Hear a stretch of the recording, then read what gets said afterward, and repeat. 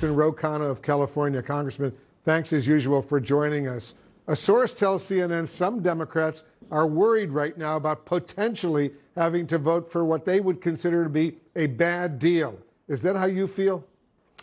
Well, no. First of all, it's the Republicans who have manufactured this crisis. They're the ones who are bragging about holding the country hostage for the president to do what he was instructed to do by past Congresses, which is pay the bills.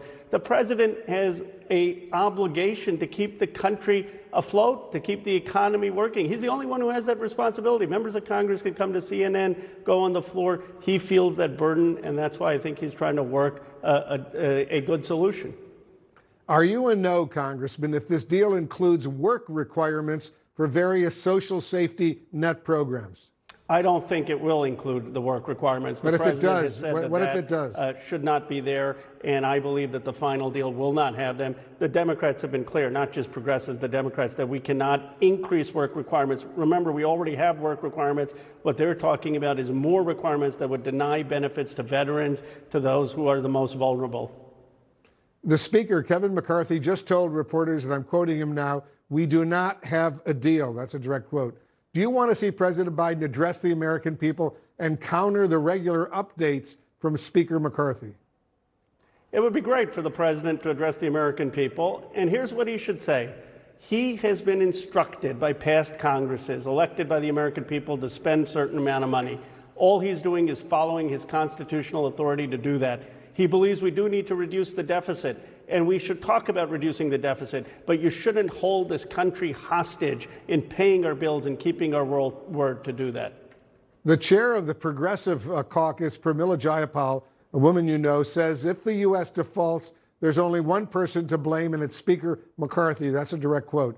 Aren't Democrats, though, also to blame for missing the chance to raise the debt limit in the lame duck session and then pushing off negotiations until now, the last minute? Well, we didn't think that the Republicans would hold the country hostage in the way that they are. I mean, they have increased the debt ceiling 3 times under Donald Trump.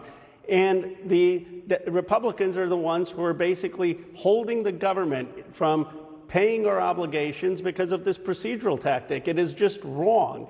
And so I do believe that in this case, it is the Republicans to blame. Now, I don't think it's just Speaker McCarthy. He's got people on his extreme that unfortunately he's beholden to. I've known Speaker McCarthy for many years, and my sense is he probably wants to cut a deal. He understands that that's what you have to do, but he's got extremes on his party. I almost feel bad for him. Interesting. The White House says both sides agree default is not an option, but procedurally, have you actually run out of time?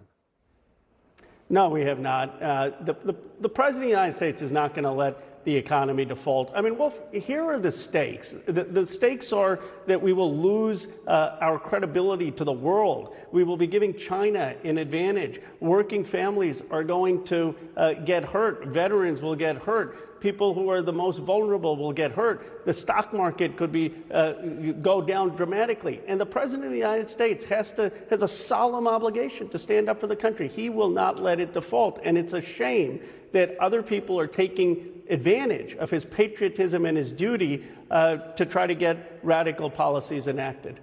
Congressman Khanna of California, thank you very much for joining us. Thank you.